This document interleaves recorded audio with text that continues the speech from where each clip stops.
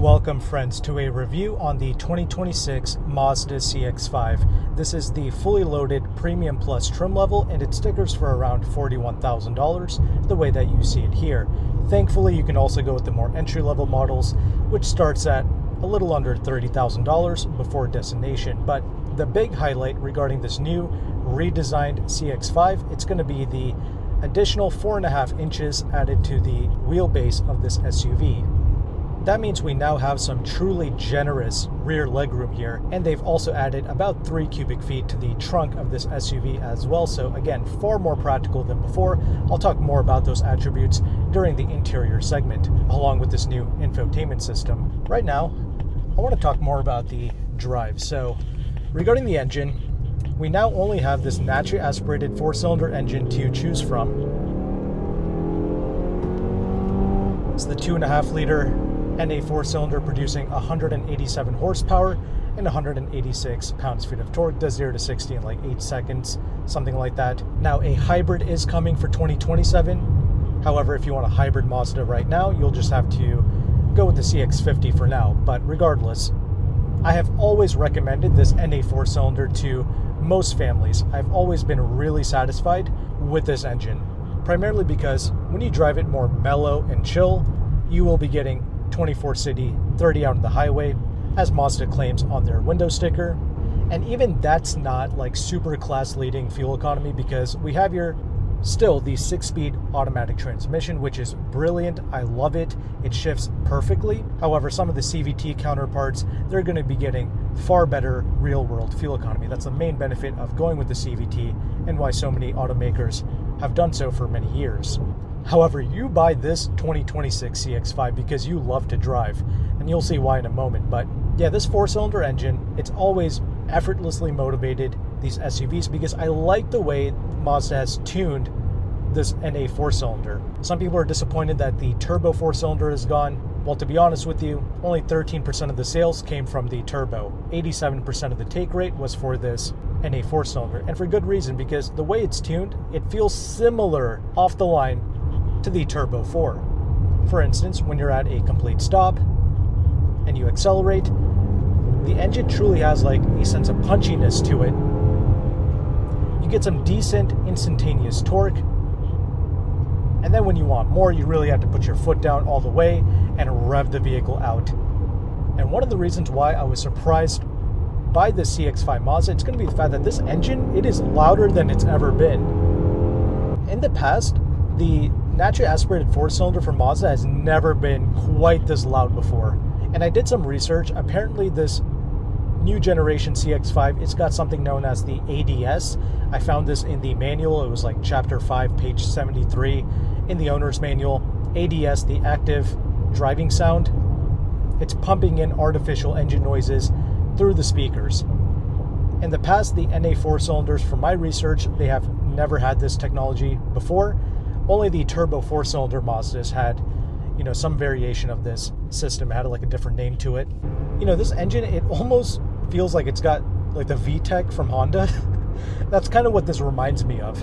And sure, on paper, this engine, it feels like it's not that exciting, 8 seconds 0 to 60, but trust me, in the real world, there's like a sense of excitement to this engine when you rev it out.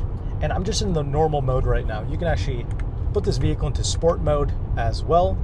You can also play with the paddle shifters, and this 6-speed automatic transmission responds really well.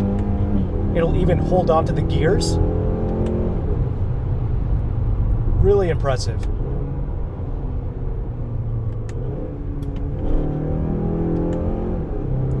Yeah, just really well done regarding the transmission calibration. That's what I'm saying. This SUV, it's really designed for the driver. Like, I'm more of an enthusiast, so I appreciate the louder engine sound because Mazda has always had one of the better sounding 4-cylinders in the market.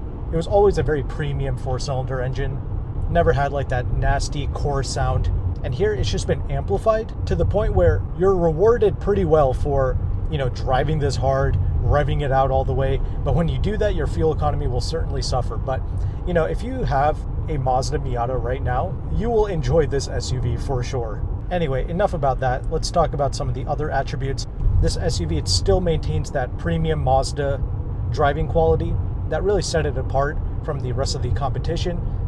Like this SUV, it drives far better than what the MSRP would suggest. We still have here a good ride quality.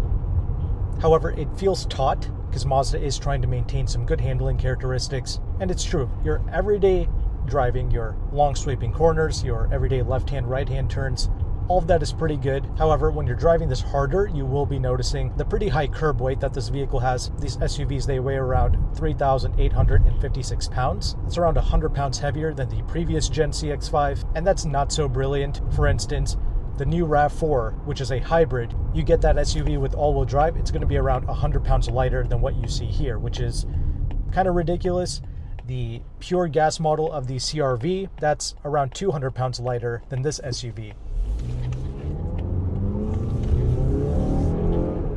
And you know, when you're really driving this at a high level, 10/10 driving, you will be noticing that this SUV, it has a tendency to wash out. So again, the dynamics are not perfect here. And again, you do feel that weight when you're hustling this in a back road. For 6/7/10 driving, this is great. One of the most cohesive driving packages that you're going to be getting.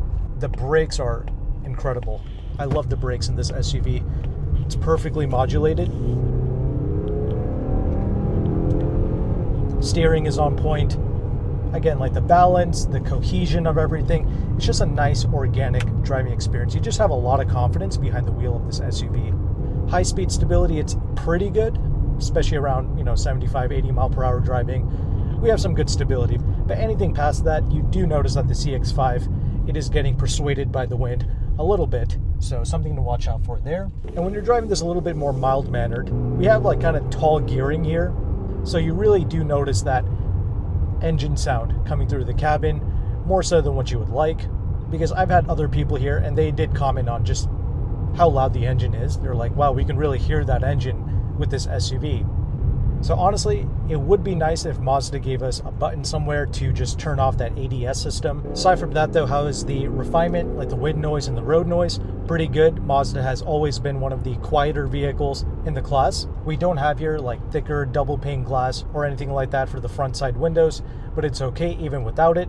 You don't really get too much wind noise. It continues to be a well-insulated cabin, and perhaps that's why this SUV has a higher curb weight. Maybe they are truly using more insulation materials than the competition, because it certainly does feel more substantial when you get behind the wheel compared to its peers, and that's huge praise. But yeah, this SUV, it's truly been a joy to drive. Again, if you appreciate that more tame, previous generation Mazda experience, the CX-50, it's still available to you.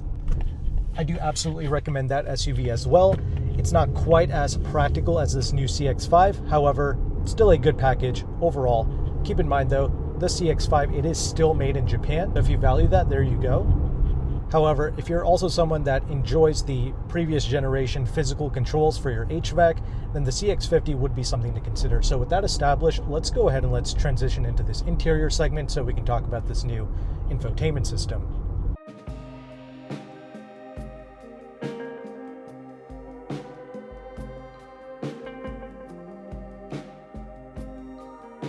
Okay, now that we are stopped, let's go ahead and let's talk about this interior space. Overall, I do love the solidity of this cabin. I feel like it's been improved over the previous generation, so well done there. The doors have changed to accommodate for that longer wheelbase as well. And also these doors now open 90 degrees essentially, so you have much better access inside the cabin, and it's now easier to install child seats in the back. However, the main highlight here, it's going to be the fact that we have a new infotainment system. With this Premium Plus model, this is the only trim where you can get this larger 15.6-inch display. It is massive. The rest of the trim levels, they will be coming with a 12.9-inch infotainment screen. But no matter what, they have completely removed the physical controls. For the HVAC, we don't even have a physical volume knob here as well. Now, at the bare minimum, Mazda could have given us a volume knob, because instinctively I do find myself reaching for a volume knob every so often. You could have maybe just put it right here in the center console area next to the shifter. That would have been fine, but I would say that is the biggest con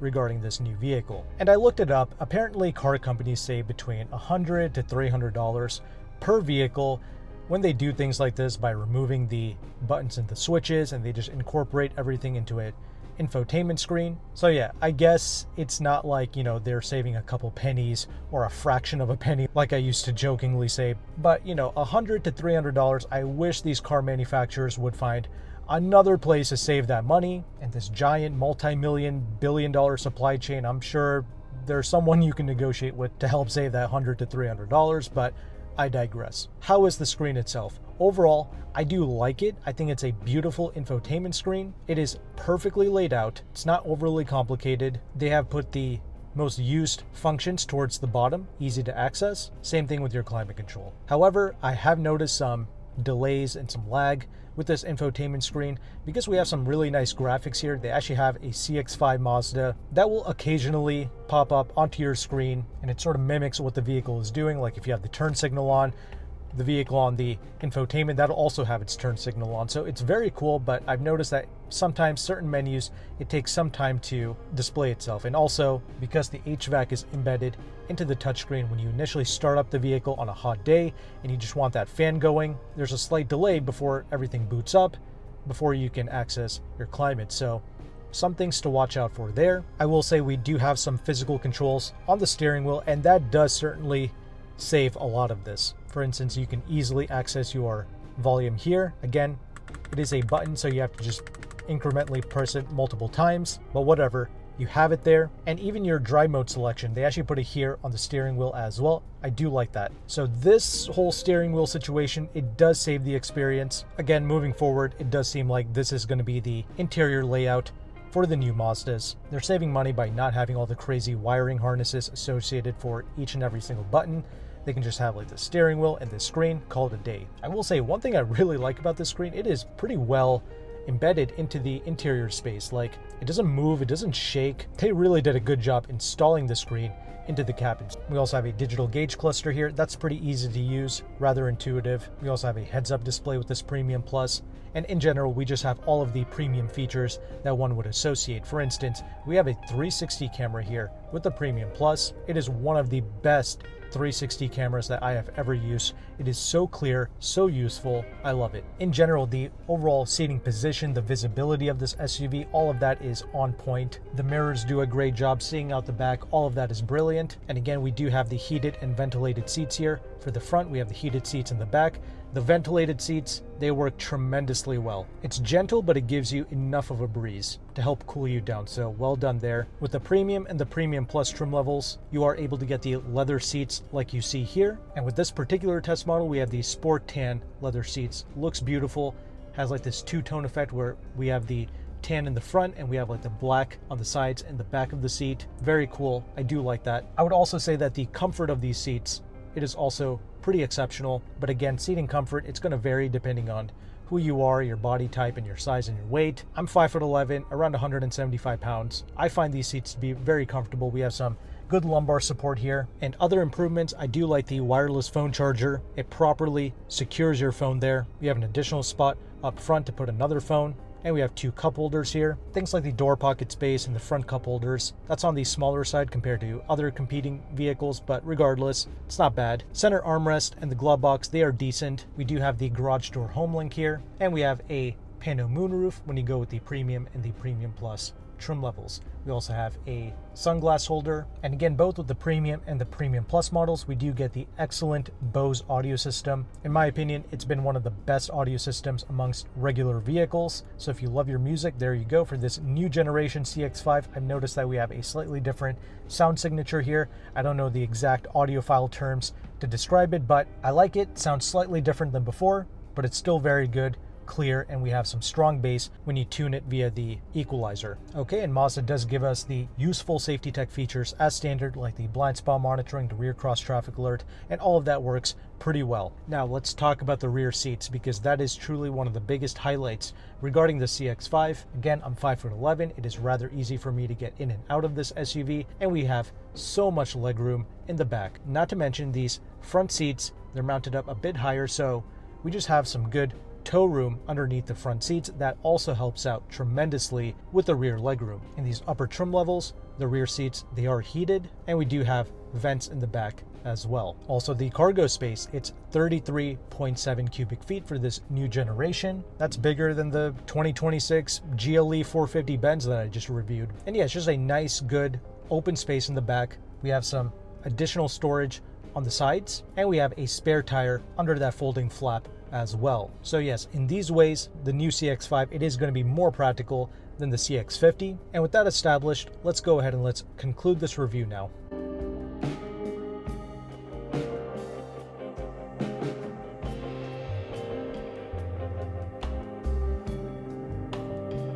Okay, concluding thoughts on the 2026 Mazda CX-5. Well, this is an SUV that an enthusiast can certainly enjoy. I love wringing out this naturally aspirated 4-cylinder engine. There is actually some excitement when you do that. However, for the average consumer, I can see why they might not be so thrilled about this, because when you drive this casually, right, we have those long, tall gears, and with that active driving sound, it just enhances the overall engine sound inside of the cabin. It would be nice if Mazda allowed us to turn that off, because this is the loudest that the NA 4-cylinder has ever been. And again, that's okay, since this is all digital. It would be nice if we can turn it off. And even if you are an enthusiast, you love just pounding on this thing like I do, you just stand on that throttle, sure, that's fun, but now your fuel economy is going to suffer because of that. Aside from that though, the Mazda does retain its refined, cohesive driving character that always gave it a more premium vibe over its peers, so I'm happy to see that here. This is the most spacious that the CX-5 has ever been. We have proper rear legroom and cargo capacity, and we even have a spare tire as well. I love all of that. The solidity of the cabin is high. I appreciate the comfort of the seats personally, and the infotainment system, even though they doubled down on this and they removed all of the physical controls, I have to admit it is a beautiful infotainment system. Since they decided to double down on this, I do recommend that they implement a faster processor into these screens to help remove some of that lag that I experienced. Aside from that, the steering wheel controls, that helps out tremendously. If they can just implement a volume knob, that would be great. But aside from that, I actually do like this infotainment, the way that it works. It's rather intuitive. All of the premium features found on this top of the line model,